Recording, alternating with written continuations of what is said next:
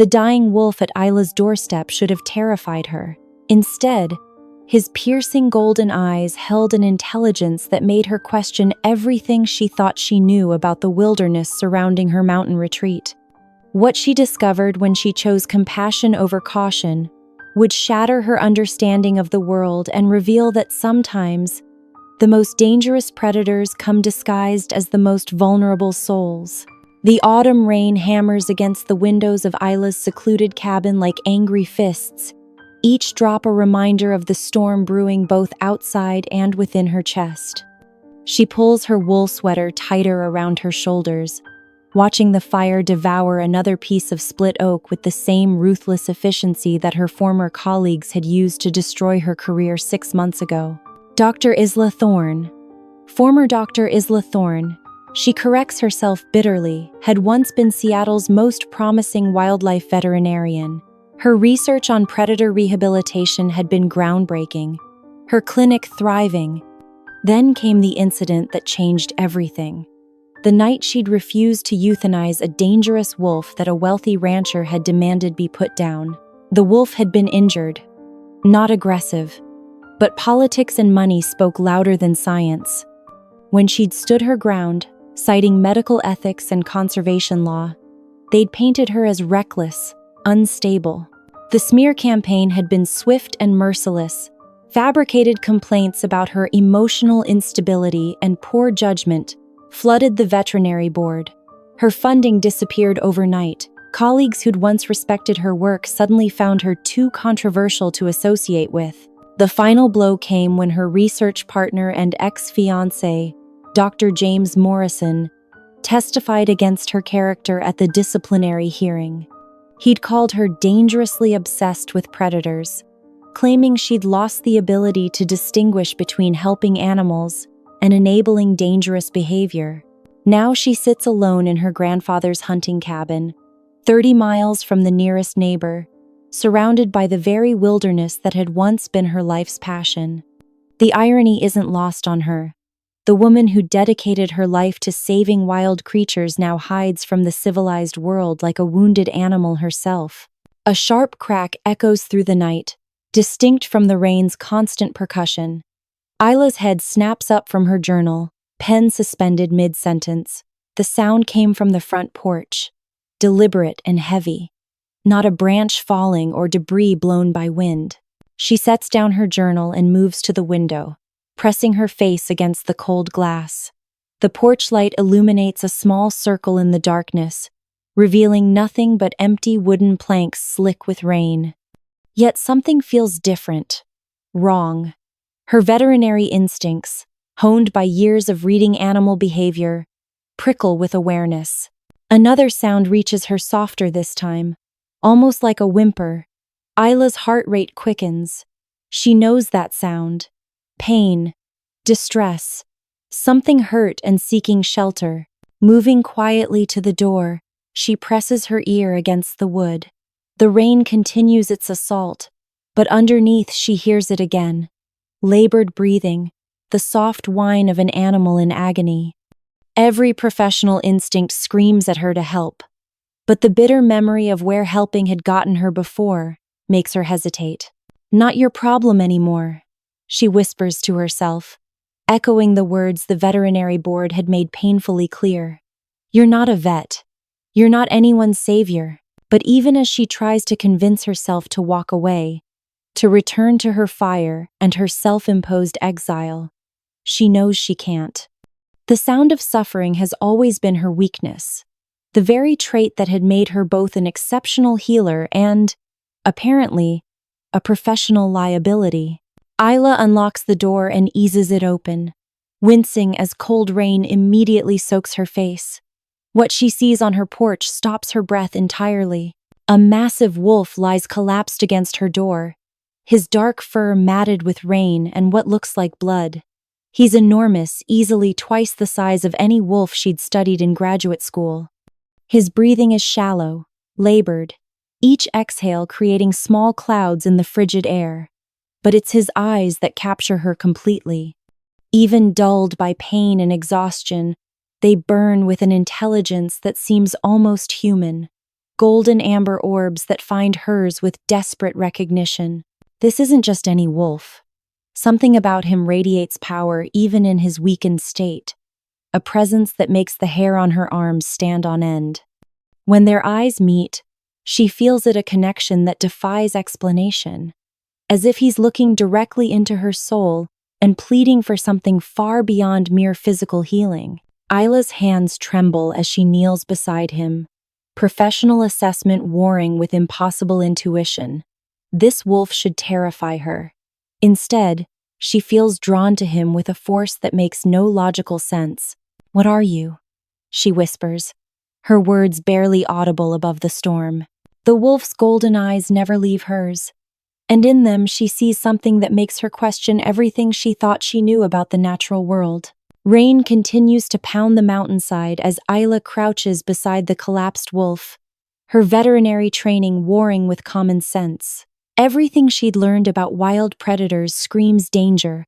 A wolf this size could kill her with a single bite, injured or not. But those golden eyes hold no threat, only a desperate plea that resonates deep in her chest. "Easy, boy," she whispers, extending her hand slowly. The wolf's massive head lifts slightly, nostrils flaring as he takes in her scent. His reaction surprises her instead of fear or aggression. Recognition flickers across his intelligent gaze, as if he's been searching for her specifically. Isla's fingers brush against his fur, and she gasps. Even soaked with rain, his coat feels different from any wolf pelt she'd examined in her research. Softer, yet somehow more substantial, as if each strand contains hidden strength. The moment her skin touches his, warmth shoots up her arm, not the fever of infection, but something else entirely. Something that makes her feel more alive than she has in months. The wolf whimpers, a sound so achingly human it makes her throat tight. Blood seeps from a deep gash along his left flank, and she notices other wounds, claw marks that suggest a territorial fight with something large and vicious. A bear, perhaps, or another predator. But the injuries seem too precise, too calculated, almost like he'd been hunted. "You're hurt," she murmurs, running her hands along his body with practiced efficiency. Her fingers find evidence of internal injuries the way he favors his left side, the shallow breathing that suggests bruised ribs. Without proper treatment, he'll die before dawn. The rational part of her mind lists all the reasons to walk away. She has no license, no legal right to treat wild animals. The veterinary board had made that crystal clear. She has limited supplies, no backup if something goes wrong. Most importantly, she has no idea what she's dealing with.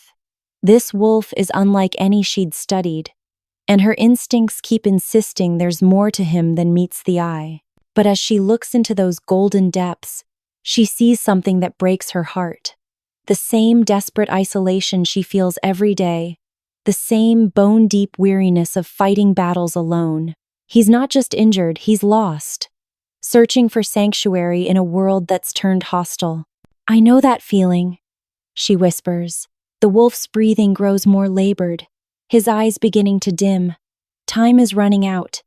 Isla makes her choice the same way she always has, by following her heart instead of her head. "All right, big guy, let's get you inside." Moving carefully, she assesses how to transport him.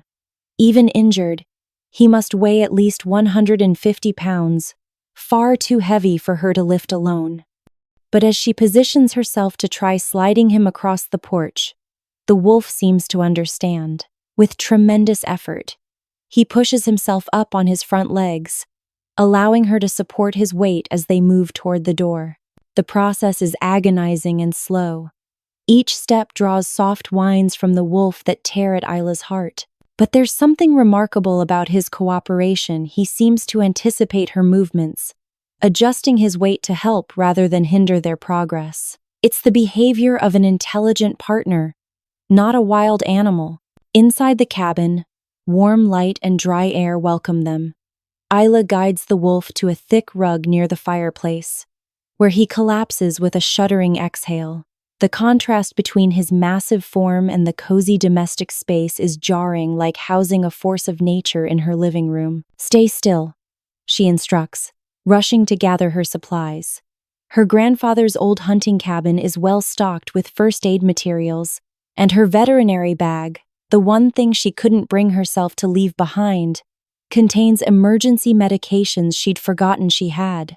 When she returns, the wolf is exactly where she left him, watching her every movement with those unnervingly intelligent eyes. Most injured animals would be either unconscious or aggressive by now. This one seems to be studying her, learning her routines and mannerisms with careful attention. "You're not like other wolves, are you?" she says softly, preparing antiseptic solution. "I've worked with your kind before, and none of them ever looked at me the way you do." The wolf's ears prick forward at her words, head tilting slightly in what looks remarkably like curiosity. When she begins cleaning his wounds, he remains perfectly still despite what must be considerable pain. No snapping, no growling, just those golden eyes fixed on her face with unwavering trust. As she works, Isla finds herself talking to him the way she used to speak to her patients, about the weather, her loneliness, the cabin's history. To her amazement, the wolf seems to listen, his breathing growing calmer as her voice fills the silence. When she mentions her fall from grace, his gaze intensifies, as if he understands loss on a personal level. "There," she says finally, securing the last bandage. "You should heal, assuming you rest and don't do anything stupid." The wolf's response stops her cold. He lowers his massive head and touches his nose to her hand, in what can only be described as gratitude. The gesture is so human, so filled with conscious appreciation, that chills run down her spine. Outside, thunder rumbles across the mountains, and Isla realizes the storm is worsening. Even if the wolf could travel, sending him back into the night would be a death sentence. She's committed now, for better or worse. "I guess you're staying the night," she murmurs, settling into her chair by the fire. The wolf's golden eyes follow her, and she swears she sees relief flicker across his features. As the storm rages outside, woman and wolf regard each other across the warm space, both recognizing kindred spirits in exile. Neither realizes that this moment of compassion will change both their lives forever. Dawn breaks gray and muted through the rain-streaked windows, painting the cabin in soft silver light. Isla wakes with a start in her chair, neck stiff from sleeping upright.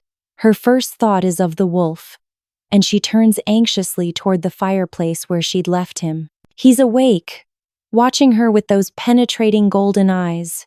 But something's different. The labored breathing has eased, and though he remains still, there's an alertness to his posture that suggests significant improvement. Impossible improvement.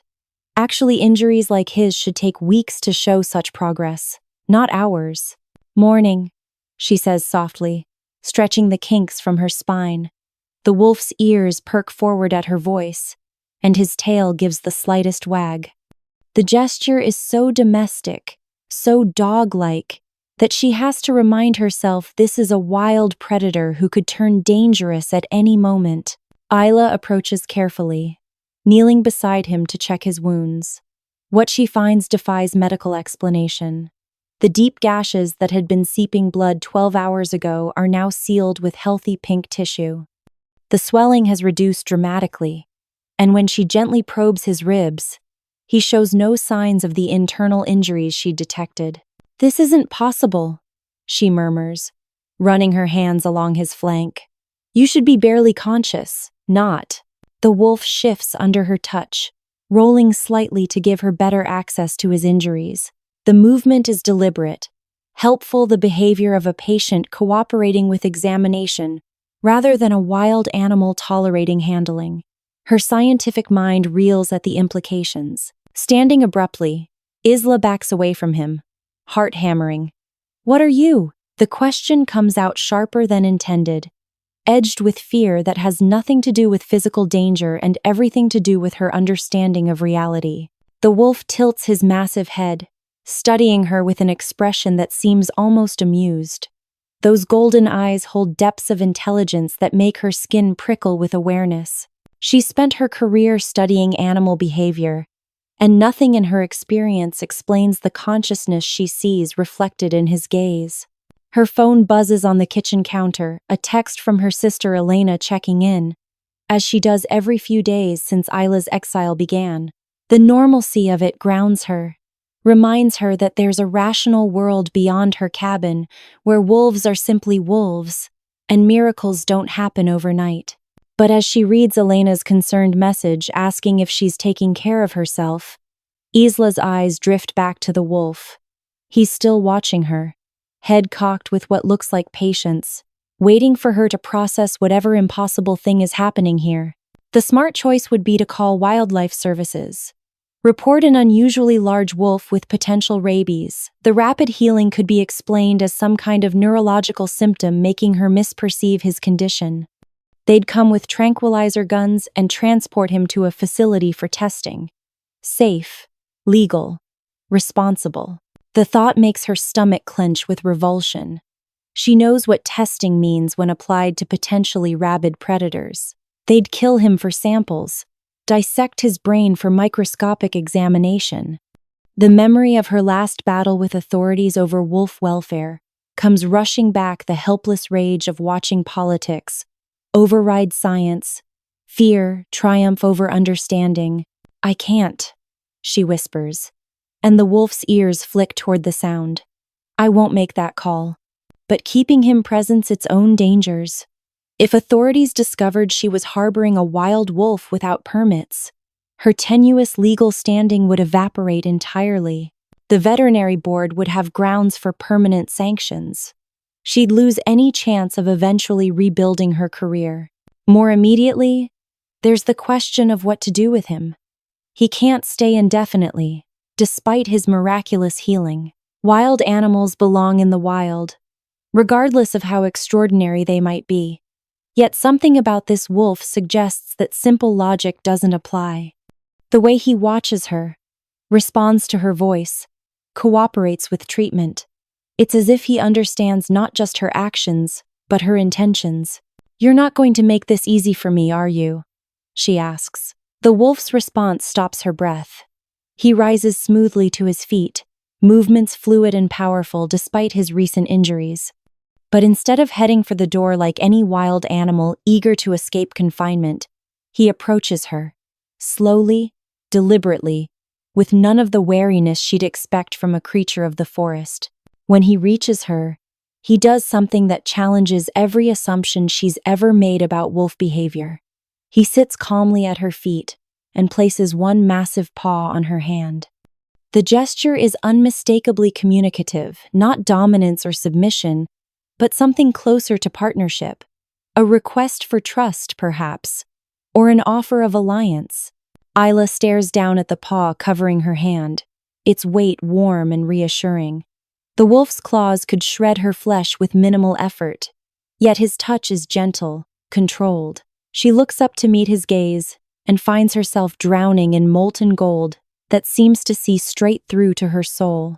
"You're asking me to trust you," she breathes. "But what are you asking in return?" The answer comes not in words but in understanding that flows between them like an electric current. He needs sanctuary. Yes, but more than that. He needs someone who won't run when confronted with the impossible. Someone willing to see beyond surface appearances to the truth beneath. Just as she needs someone who won't judge her for the choices that destroyed her old life. Thunder rumbles overhead as the storm system stalls over the mountains, promising days more rain. Even if she wanted to release him immediately, the weather makes travel treacherous. She has time to make her decision, but she already knows what it will be. "All right," she says quietly, her free hand coming to rest on his broad head. "But we do this carefully. And if you're what I think you might be." She pauses, the implications too vast to voice. "We're both going to need to trust each other completely."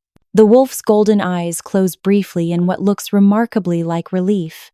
When they open again, Isla swears she sees gratitude burning in their depths. Not the simple appreciation of an animal for care received, but the profound recognition of one conscious being acknowledging another's leap of faith. Outside, rain continues to hammer the mountains, trapping them together in a space too small for secrets. Neither realizes that the choice made in this moment has set forces in motion that will reshape both their destinies. The Alpha King has found his sanctuary, and the healer who refused to abandon him has unknowingly claimed her place in a war between worlds. 3 days pass in a strange rhythm of domesticity and wonder. The storm system has stalled over the Cascade Mountains, turning the world beyond Isla's windows into a gray watercolor painting of rain and mist. Inside the cabin, an unlikely partnership has formed between woman and wolf that defies every rule of nature she's ever learned. The wolf she's taken to calling him Kael in her mind, though she couldn't say why the name feels right, has settled into the cabin's routines, as if he'd always belonged there. He sleeps by the fireplace at night, follows her movements during the day, and shows an uncanny ability to anticipate her needs. When she reaches for firewood, he's already positioned to help clear the path. When she cooks, he settles nearby but never begs or demands food. It's the behavior of a companion, not a patient. His healing continues at an impossible pace. By the second day, the wounds had completely closed, leaving only faint silver lines in his dark fur. By the third, even those marks have faded. Isla documents everything in her journal, taking photographs and measurements that she knows no one will ever believe. The scientific part of her mind catalogs anomalies, while the intuitive part recognizes magic when she sees it. "You're not just different," she tells him on the third evening, sitting cross-legged on the rug beside his massive form. "You're something else entirely, aren't you?" Kael's golden eyes meet hers with that now familiar intelligence. His response comes as it always does, not in words but in understanding that seems to flow directly between their minds. Images flash through her consciousness. Vast forests shrouded in moonlight, wolves running in perfect formation, a sense of ancient power and responsibility that takes her breath away. She jerks back, heart hammering. "What was that?" The wolf tilts his head, studying her with what might be concern. The mental connection, if that's what it was, fades, leaving only the faint echo of something vast and important just beyond her grasp. Isla's hands shake as she reaches for her journal, trying to capture the experience in words that feel inadequate. How do you describe the sensation of touching another consciousness? How do you explain the feeling that you've glimpsed something magnificent and terrifying that shouldn't exist in the rational world? Her phone rings, startling them both. Elena's name appears on the screen, and Isla realizes she's missed 3 previous calls. Her sister's worry will have escalated from concern to panic by now. "Hi, Elena," she answers, forcing normalcy into her voice. "Isla, thank God. I've been calling for hours. The weather service is saying that storm system over your area is historic. Some places have gotten 8 inches of rain. Are you okay?" "I'm fine. Just reading by the fire." It's not technically a lie, though the presence of her extraordinary guest makes it feel like one. "You sound different," Elena presses, her tone sharpening with suspicion. "Happier, maybe? Less brittle." Isla glances at Kael, who's watching her with obvious interest. "Just getting some perspective, I guess. The isolation is educational." "My idea." "Well, don't let it turn you into a complete hermit. Mom's worried you're going to disappear entirely up there." Elena pauses. "You wouldn't, would you? Just vanish into the wilderness and never come back?" The question hits closer to home than her sister could know. Before Kael's arrival, disappearing had seemed like an increasingly attractive option. The world beyond her grandfather's cabin had nothing left to offer her. But now, "I'm not going anywhere," she says, surprising herself with the certainty in her voice. After ending the call, Isla finds Kael watching her with an expression she's learned to recognize as his thinking face. His massive head tilts, ears pricked forward with attention that makes her feel like he's reading her soul. "She's right, you know," Isla tells him. "I was disappearing, Before you showed up, I was just existing, hiding from a world that decided I was too dangerous to be trusted with the thing I love most. Kael rises and pads over to her, settling beside her chair with careful precision. When he rests his head on her knee, the gesture is so full of comfort and understanding that tears spring to her eyes. "I saved your life," she whispers, running her fingers through his thick fur. "But somehow, I think you might be saving mine too." Outside, thunder rolls across the mountains like the footsteps of giants. The storm shows no signs of breaking, and Isla finds herself hoping it never does.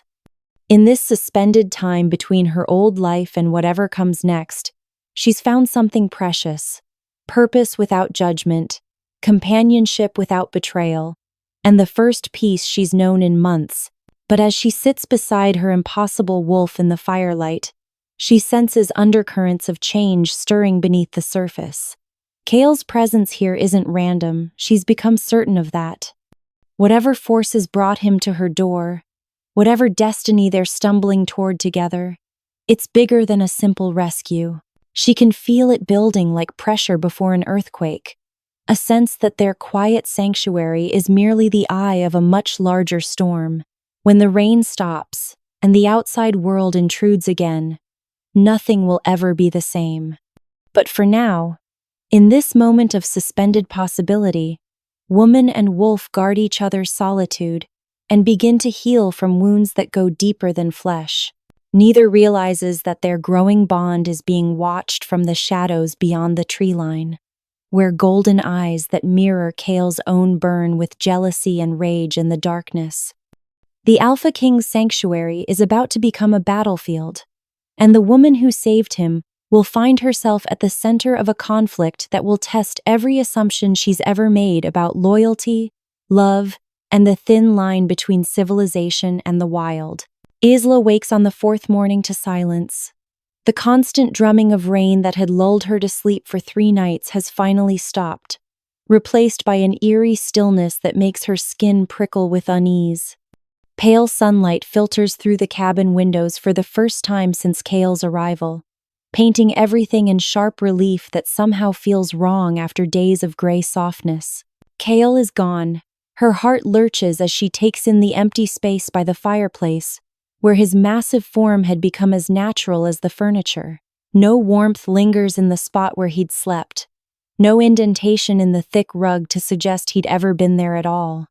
If not for the wolf-sized dent in her routine and the ache in her chest, she might convince herself she'd imagined the entire encounter. "Kael?"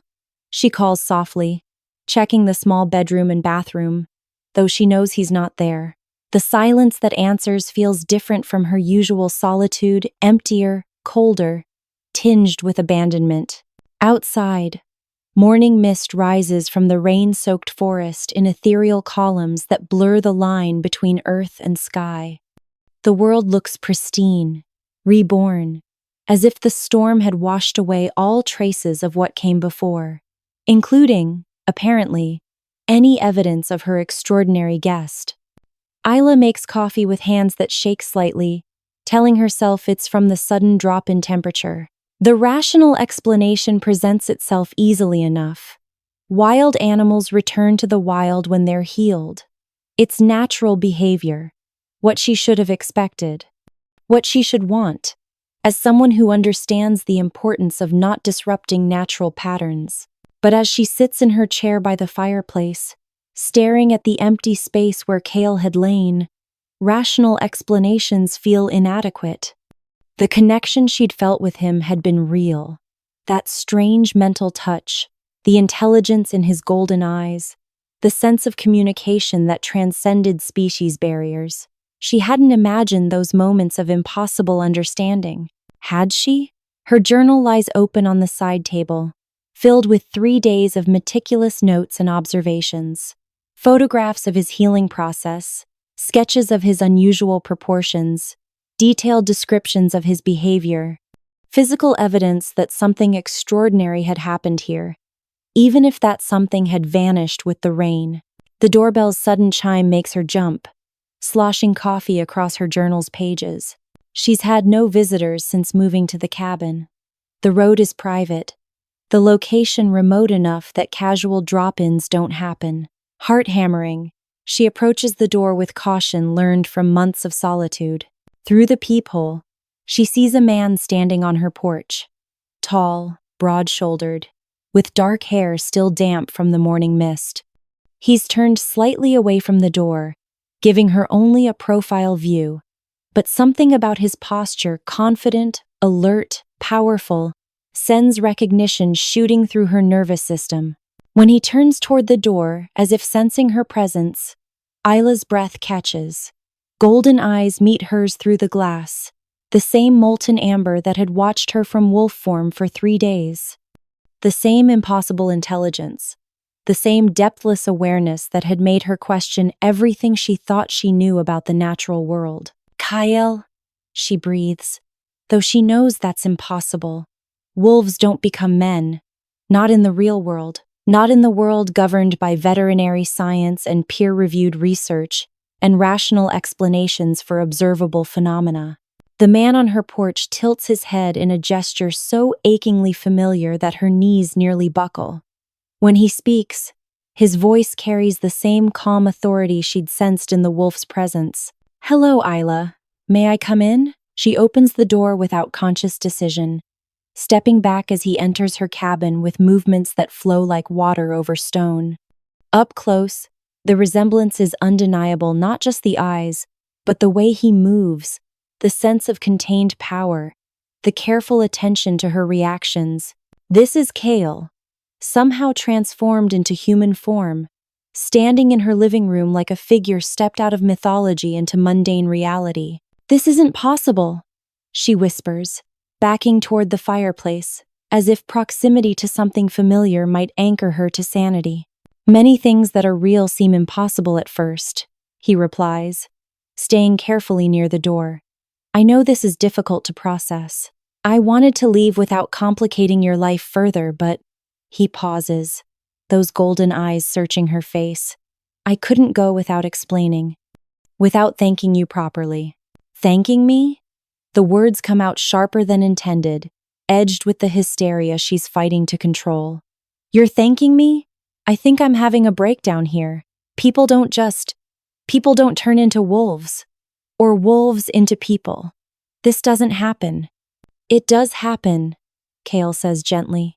"It's been happening for thousands of years, hidden from human awareness for good reason. Most humans aren't ready to accept that their understanding of the world is incomplete." "Most humans?" she repeats, latching on to the phrasing. "But you think I'm different?" "I know you are." He takes a careful step closer, movements deliberate and unthreatening. "You saved me when every instinct should have told you to run. You saw intelligence where others would have seen only animal cunning. You looked beyond surface appearances to find truth underneath." His voice drops to barely above a whisper. "That's not something most humans are capable of." Isla's hands grip the mantelpiece behind her, needing solid support as her worldview crumbles and rebuilds itself around impossible realities. "What are you?" "I'm what your legends call a shifter, a wolf who can take human form, and a human who can become wolf." Kael's expression grows solemn.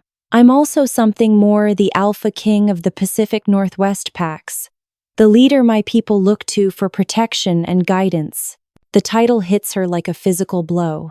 Alpha King, not just any shifter, but their ruler, the most powerful of his kind, standing in her cabin, thanking her for veterinary care she'd provided without knowing his true nature.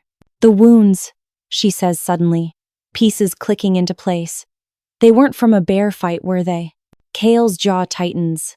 "No, they were from challengers to my throne, wolves who think they can lead better than I can, who've been stirring unrest among the packs."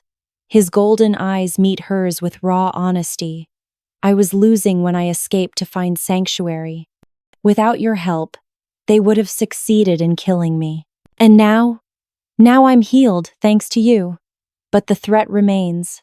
He steps closer still, close enough that she can feel the warmth radiating from his skin. "Which is why I can't stay, much as I want to." My presence here puts you in danger you don't deserve." The thought of him leaving sends panic shooting through her chest. For 3 days, she'd found purpose again in caring for him. For the first time since her professional disgrace, she'd felt useful, needed, alive. The prospect of returning to her empty existence feels unbearable. What if I don't care about the danger? The words escape before she can stop them, surprising them both. Kael goes very still. "Isla, I'm already in exile," she continues, the words tumbling out in a rush. "Already abandoned by my own kind for trying to protect wolves. Maybe." She meets his gaze directly, finding courage in those golden depths. "Maybe I was meant to find a different pack." The silence that follows Isla's declaration stretches between them like a bridge neither dares cross. Kael's golden eyes search her face with an intensity that makes her feel transparent, as if he's reading secrets written in her soul. "You don't understand what you're asking," he says finally, his voice rough with an emotion she can't identify. "My world isn't the safe haven you think it is. It's brutal, ancient, governed by laws that would seem barbaric to someone raised among humans. More barbaric than destroying someone's career for refusing to kill an innocent animal?" Isla's voice carries the bitter edge of experience. "More brutal than watching colleagues smile to your face while stabbing you in the back? At least your people's violence is honest." Kael flinches, as if her words have struck him physically. "You think pack politics are cleaner than human ones? 3 days ago, my own beta tried to tear out my throat in front of witnesses who cheered him on. The wounds you healed weren't random, they were calculated attempts to cripple me, to make me weak enough that the next challenger would succeed." Despite his words, he moves closer, drawn by the same invisible force that's been pulling them together since the moment she found him on her porch. When he reaches her, he stops just out of arm's reach, close enough that she can see the pain flickering behind his fierce exterior. "My brother," he continues, the words seeming to cost him. "Darius, my own flesh and blood, standing with my enemies because he believes I've grown too soft to lead, too willing to coexist with humans instead of dominating them." His jaw clenches. "He may be right. Or maybe," Isla says softly, "you've evolved beyond the need to rule through fear." The comment earns her a sharp look, surprise flickering across his features. "Most of my pack would call that weakness. Most of my colleagues called compassion a liability too." She takes a step toward him, closing the distance he's been careful to maintain. Doesn't make them right. When she reaches up to touch his face, Kael goes rigid. His skin is fever warm beneath her palm, and she can feel the tension thrumming through him like a live wire. This close, she notices details that reinforce his otherworldly nature, the way his pupils dilate in response to her touch, the slight point to his canine teeth when he speaks, the silver threads in his dark hair that catch the light like moonbeams. "I can't stay," he whispers, but his hand comes up to cover hers, holding it against his cheek. "Every moment I remain here increases the danger to you. If Darius discovers where I've been hiding, if he realizes you're important to me." "Important?" The word sends warmth spiraling through her chest. "Is that what I am?" Kael's eyes close briefly, and when they open again, they burn with an intensity that steals her breath. "You saved my life when you had every reason to turn me away. You saw value in me when my own people questioned my worth. You offered sanctuary to a stranger who could have destroyed you." His free hand comes up to frame her other cheek. "You're more than important, Isla. You're—" He doesn't finish the sentence, but she hears the unspoken words anyway. She's what he's been searching for without knowing it. Not just a healer for his physical wounds, but someone who can see past the crown and the power to the man underneath. Someone who understands the weight of leadership and the cost of standing alone. "Then don't leave," she whispers. "Stay and fight. I can't ask you to." "You're not asking. I'm choosing." Her hands slide to his shoulders, feeling the coiled strength beneath his skin. "For 3 days, I felt more alive than I have in months." "You think that's coincidence?" You think fate randomly dropped the Alpha King at my door? Kael's control cracks, revealing the vulnerability he keeps hidden behind kingly composure. If something happens to you because of me, then we'll face it together. She rises on her toes, bringing her face closer to his. I'm tired of running, Kael, tired of hiding. If your world is half as dangerous as you claim, maybe it needs someone willing to stand up to the brutality. You could die, he says desperately, but his arms come around her waist, pulling her against him as if he can't help himself. Humans don't survive shifter politics. The violence, the speed at which everything happens, you have no defense against what we become. I have you, she says simply. The words seem to break something inside him. His forehead drops to rest against hers, their breathing mingling in the space between them. I've ruled for 10 years, he whispers, led through wars, survived assassination attempts, made decisions that determined the fate of thousands, but I've never been as terrified as I am right now. Of what? Of how much I need you. His confession comes out raw, stripped of royal dignity, of how completely you've changed everything I thought I knew about strength and weakness and what it means to lead. Isla's heart hammers against her ribs as the full weight of what's happening settles over them. This isn't just attraction or gratitude or the temporary insanity of impossible circumstances. This is recognition, the meeting of two souls who've been searching for each other without knowing it. Then stop fighting it, she breathes.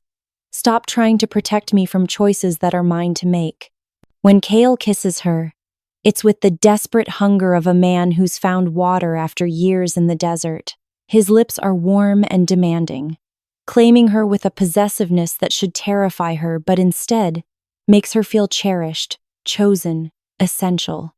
She responds with equal fervor, months of loneliness and disconnection melting away under the heat of his touch.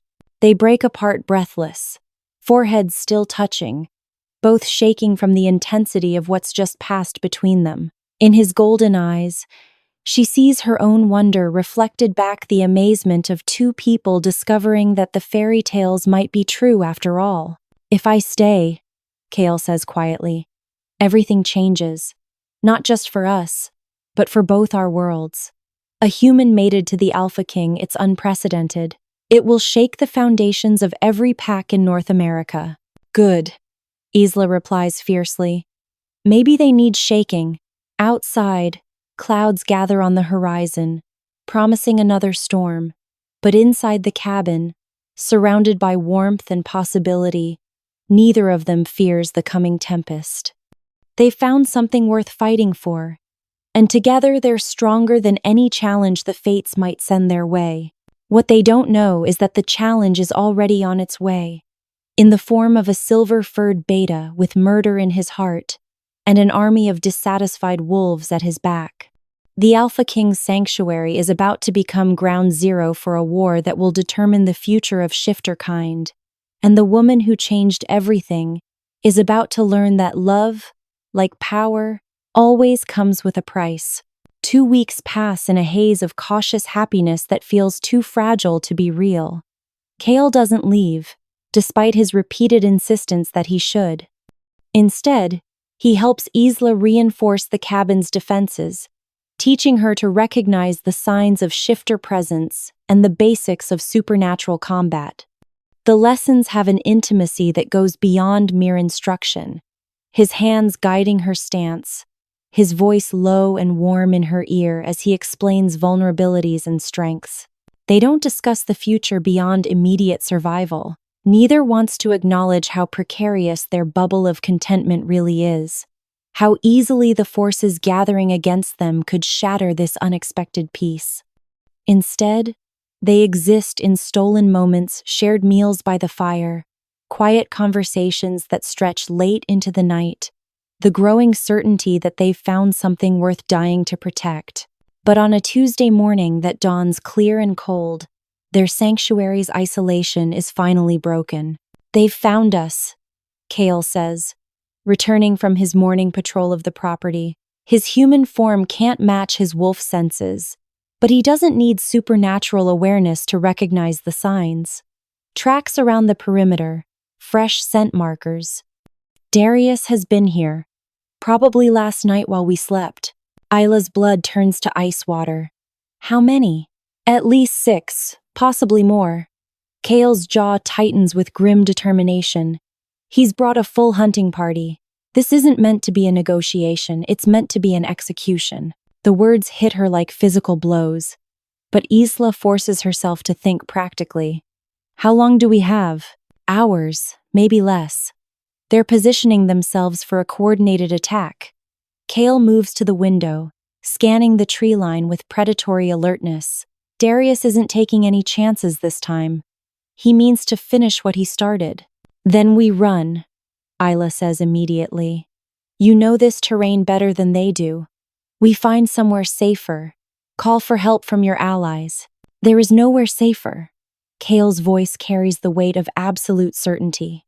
And my allies are either dead or have already chosen sides. The packs that still support me are too far away to matter. He turns from the window to meet her gaze. This ends here, one way or another. The resignation in his tone sends panic shooting through her system. You're talking like you've already lost. Maybe I have. Kael approaches her with the careful movements of a man trying not to spook a wounded animal. Darius is right about one thing. I have gone soft. The old me would have killed him the moment he showed signs of rebellion. Would have made an example that kept the other potential challengers in line. The old you sounds like a monster, Isla says flatly. The old me was an effective king. Kael's smile holds no warmth.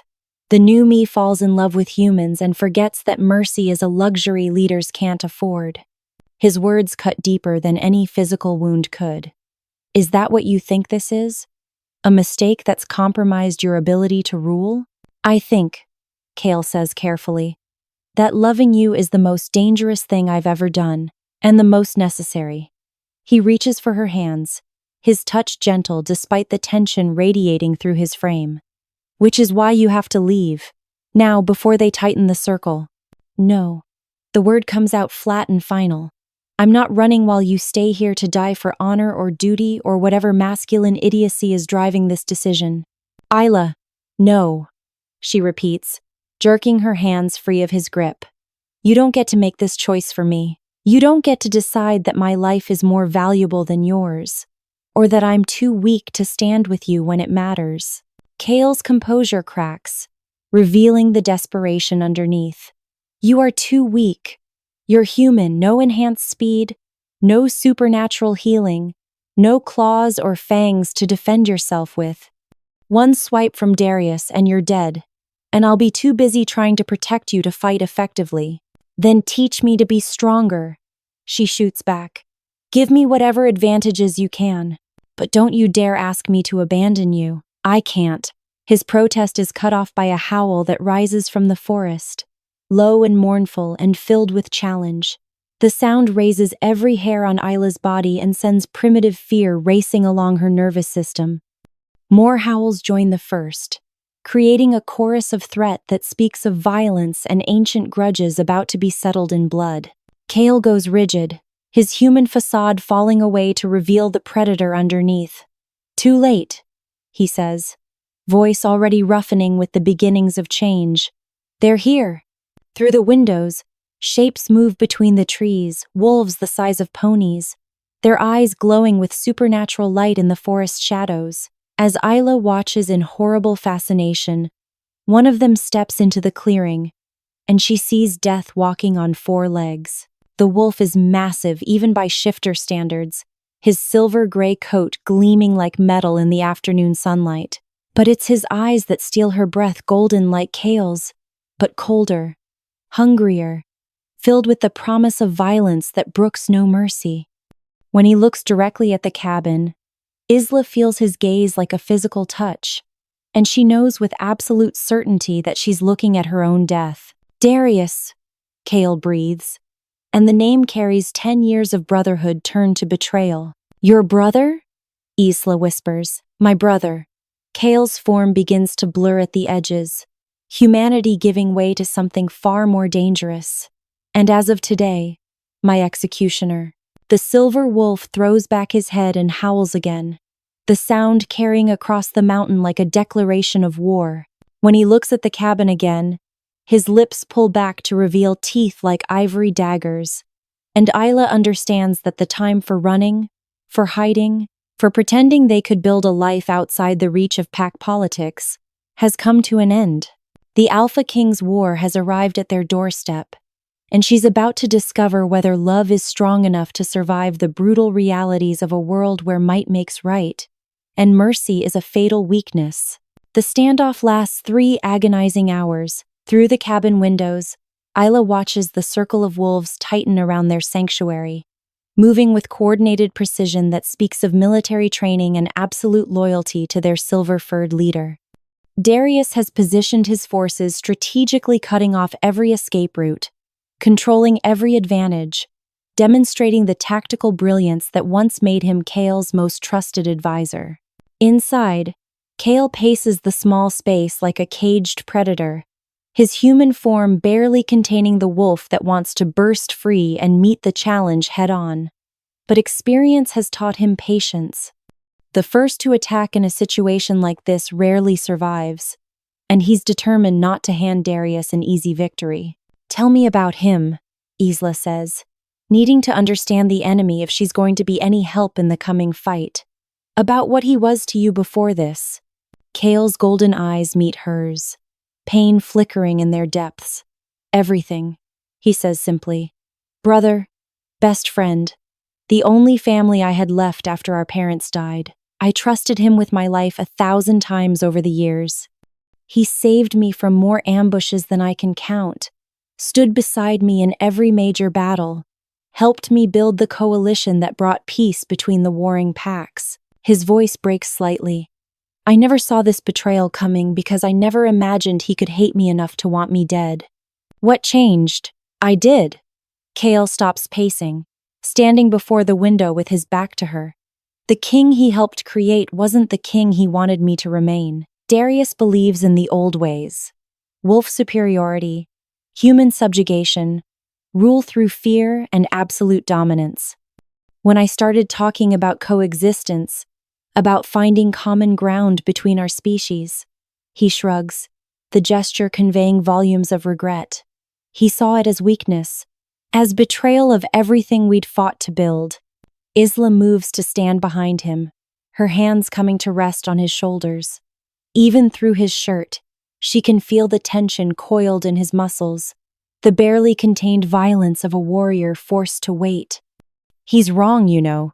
What you're trying to build, it's not weakness, it's evolution." "Is it?"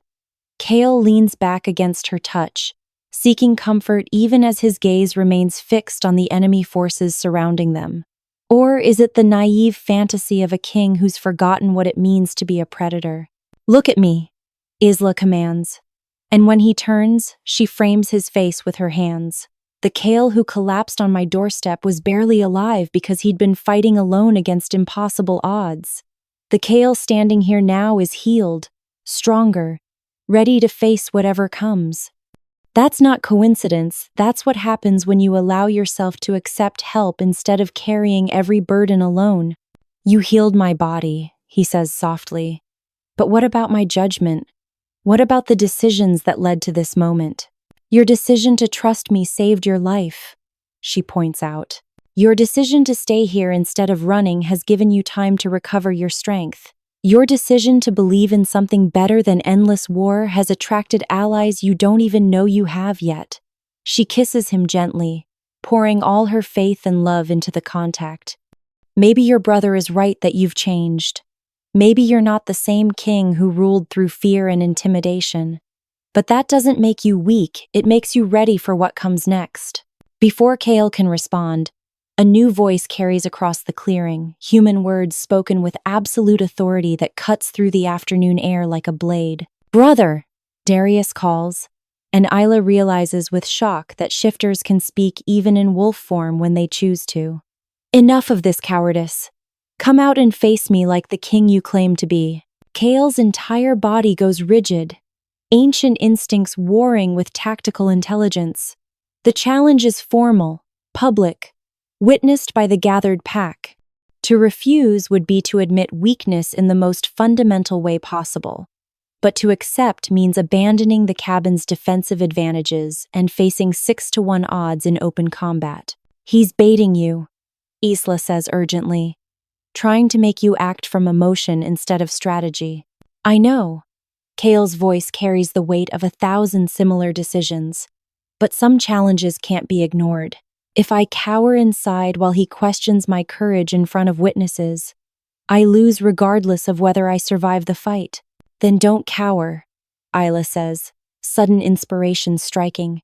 Meet the challenge, but on your terms, not his. Kael turns to look at her, interest flickering in his golden eyes. What do you mean? You're the Alpha King, she says, thinking rapidly. Which means you outrank him, right? You set the terms of engagement, not him. Use that authority. Understanding dawns across Kael's features, followed by something that might be hope.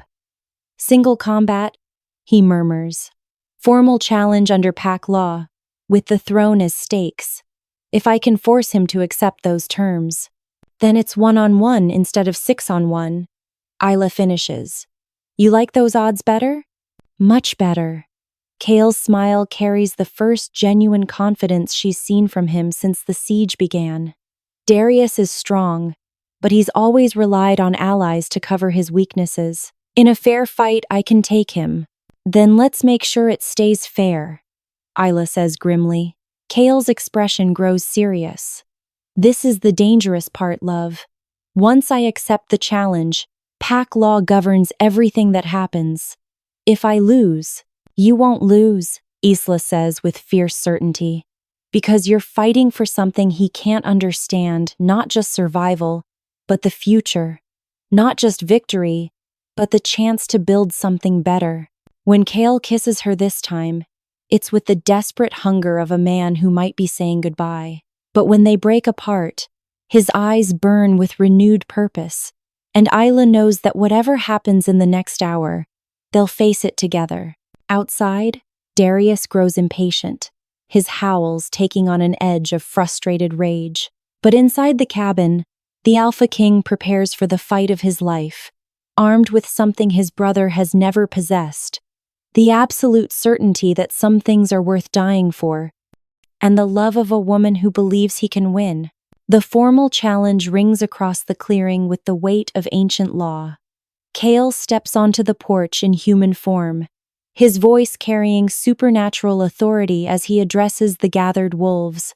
Darius Thornwick, Beta of the Northern Packs, I acknowledge your challenge and invoke my right as Alpha King to set the terms of combat. Single combat, to the death, with the throne as prize. Do you accept? The silver wolf's response comes as a rumbling growl that somehow forms words. I accept, brother. Let us finish what should have ended years ago. What follows is a transformation that will haunt Isla's dreams for years to come. Kael's human form doesn't simply shift.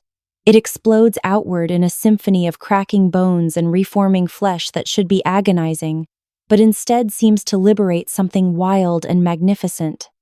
In seconds, where a man had stood, a black wolf of impossible size plants himself between the cabin and his enemies.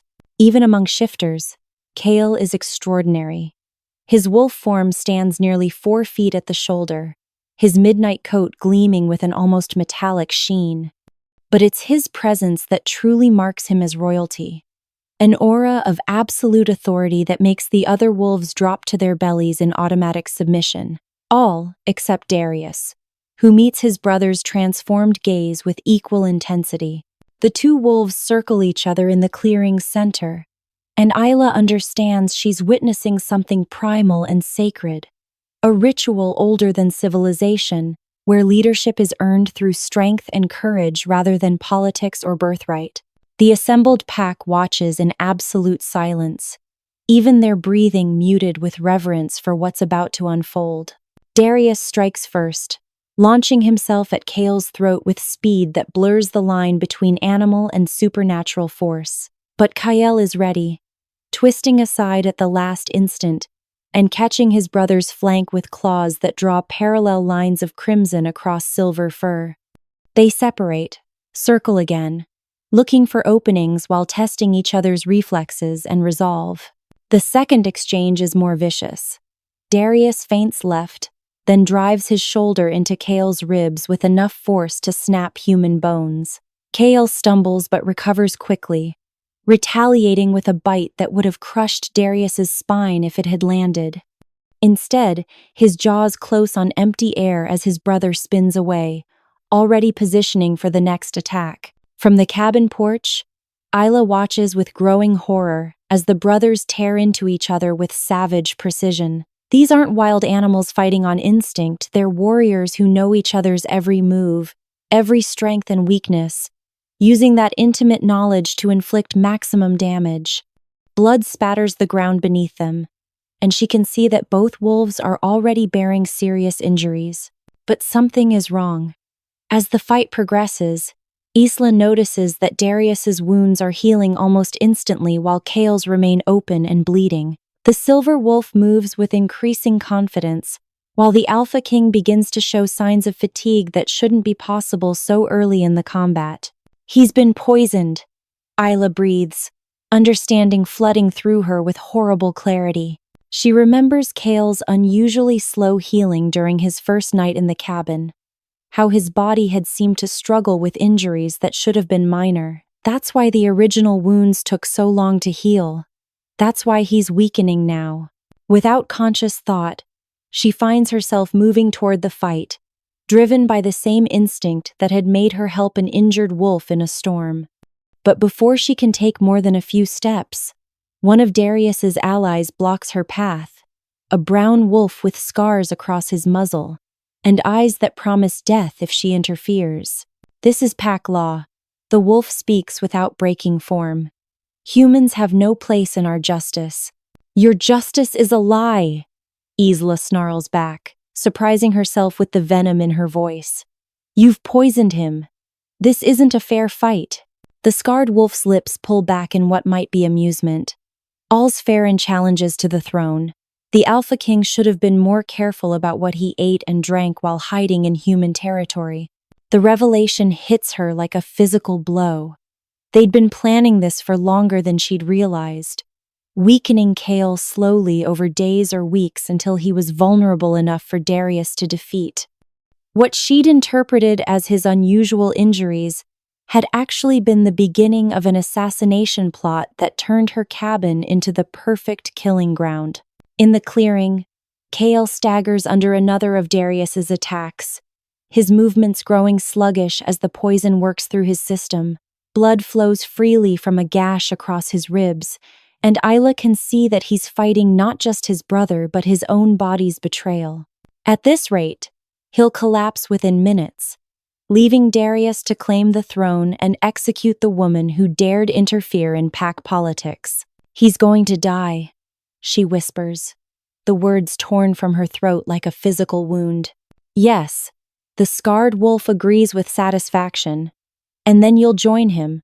The new Alpha King has no use for humans who think they can play in supernatural politics. But as Isla watches Kael fighting for his life against impossible odds, something fierce and protective awakens in her chest. She thinks of the wolf who'd collapsed on her doorstep, trusting her with his life despite having every reason to fear human betrayal. She thinks of the man who'd held her with desperate tenderness, promising to build a better world where strength didn't require cruelty. She thinks of the king, who'd chosen love over fear, mercy over dominance, even when that choice cost him everything he'd built. He'd shown her what real strength looked like. Now it's time to return the favor. You're right, she tells the scarred wolf, her voice carrying new resolve. I don't belong in supernatural politics. But this isn't politics, it's love. And love doesn't follow anyone's rules. Before the brown wolf can react, Isla sprints toward the cabin, ignoring his snarls of outrage. She has one chance to save the man who'd changed her world, and she's not going to waste it second-guessing herself.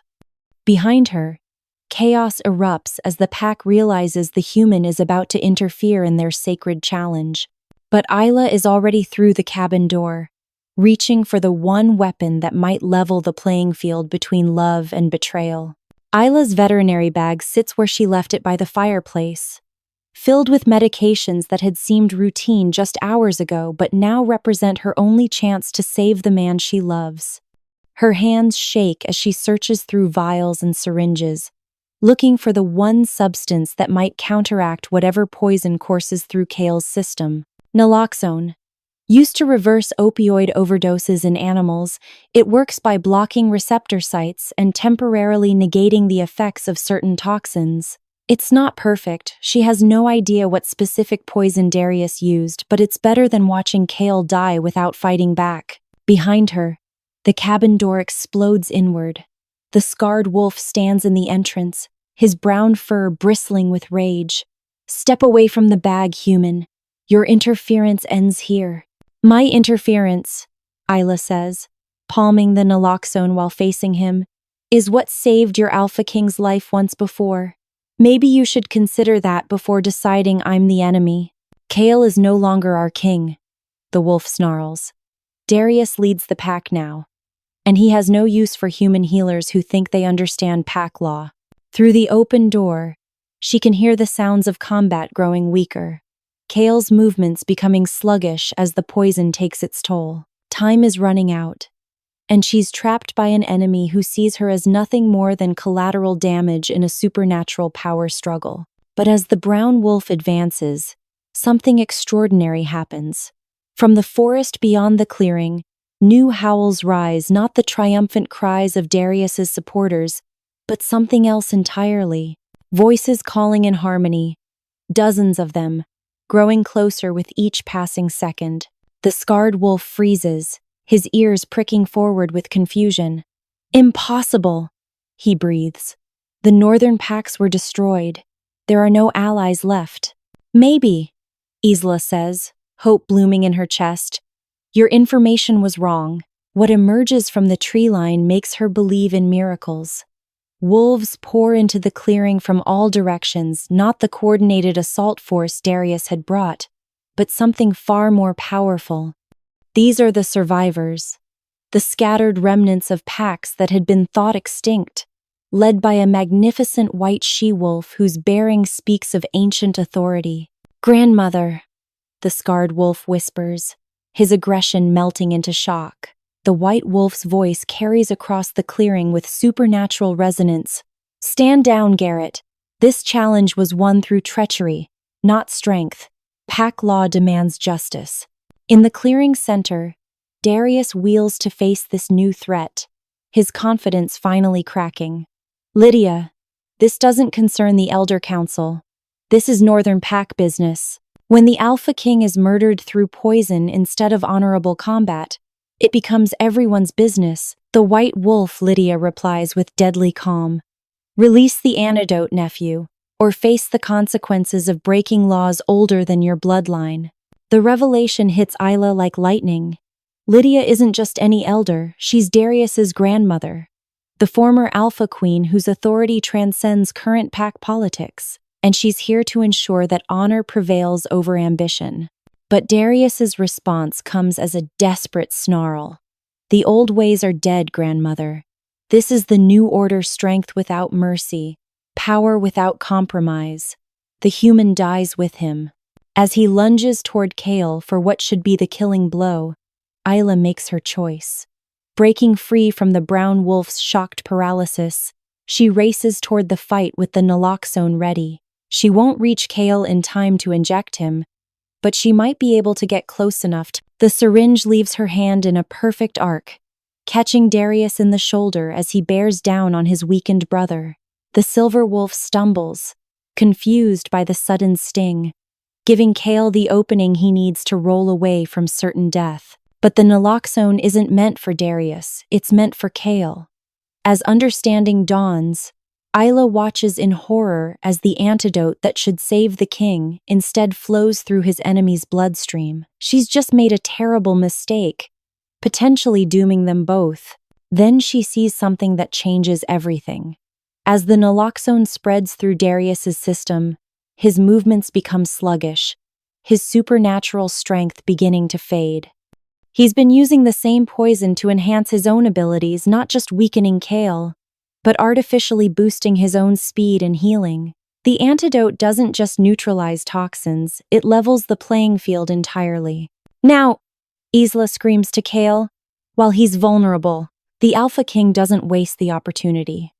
With Darius momentarily stunned and his enhanced abilities failing, Kael strikes with the precision of a natural-born predator.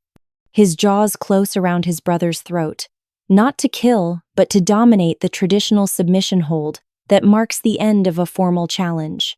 For a moment, the clearing holds its collective breath. Then Darius goes limp in defeat, his body language conveying acceptance of his brother's victory. When Kael releases him, the silver wolf collapses to the ground, no longer a threat to anyone. "It's over," Lydia announces, her voice carrying across the gathered packs with finality. "The true Alpha King has prevailed. Long live King Kael." The howls that rise in response seem to shake the very mountains, a chorus of voices acknowledging not just victory but vindication. As the sound fades, Kael shifts back to human form, naked and bloodied but alive, his golden eyes seeking Isla across the clearing. When she runs to him, he catches her in arms that shake with exhaustion and relief. "You saved me," he whispers against her hair. "You saved us all." "We saved each other," she corrects, holding him tight enough to convince herself he's real. That's what partners do. Around them, the gathered wolves begin to shift to human form, revealing the faces of the allies Kael had thought lost forever. The Alpha King's reign isn't ending, it's being reborn. Stronger than before because it's built on truth instead of fear, love instead of domination. As the sun sets over the mountains, painting the sky in shades of gold and crimson, Isla realizes their story is just beginning. The woman who'd given sanctuary to a wounded wolf has found her place in a world she'd never imagined, standing beside the king who'd chosen evolution over tradition. Together, they'll build something unprecedented, a realm where strength serves compassion, where different species can coexist, where love truly can conquer the ancient divisions that have kept their worlds apart. 3 days later, the cabin has been transformed into an impromptu diplomatic center. Representatives from a dozen different packs fill the small space, their conversations a mixture of human speech and wolf communication that creates a symphony of supernatural politics.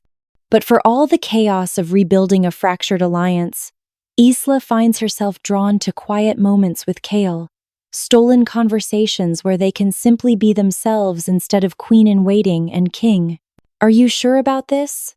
she asks him on the third evening, as they stand on the porch watching the sunset paint the mountains in shades of fire. "Everything that's happening, everything that's going to change, it's happening so fast."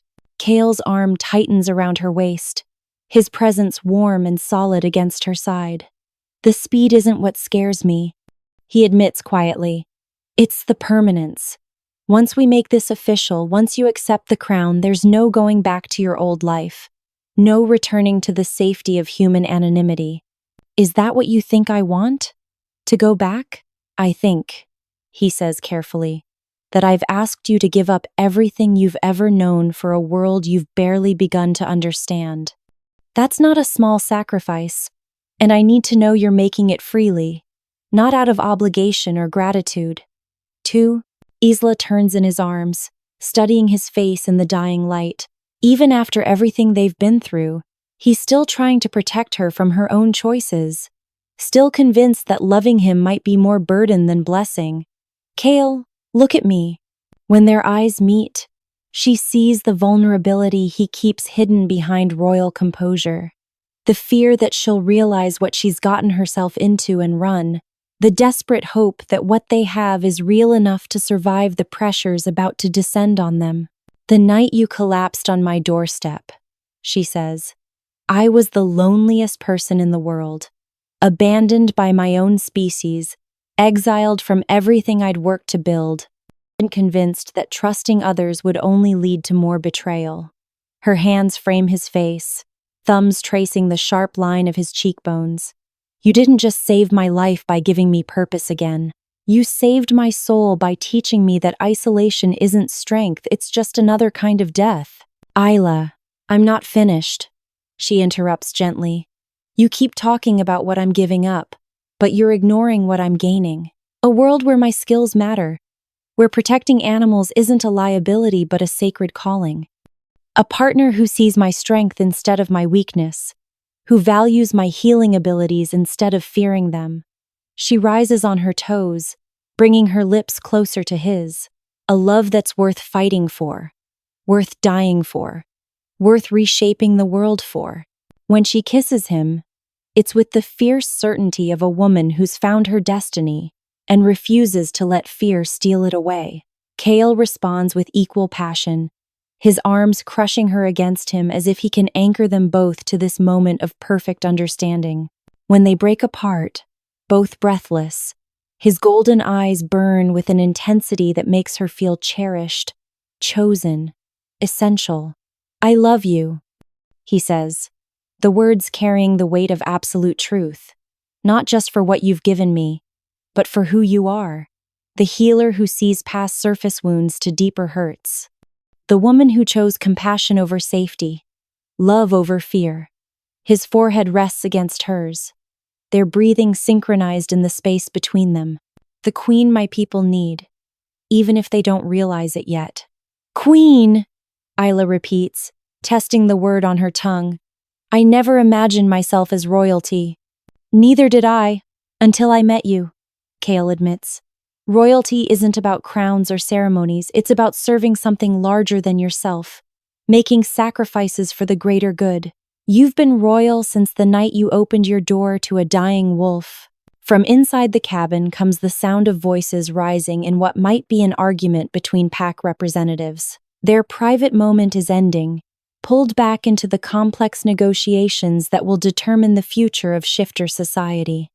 But as they turn to face whatever challenges await, Isla feels something she hasn't experienced since her career's destruction.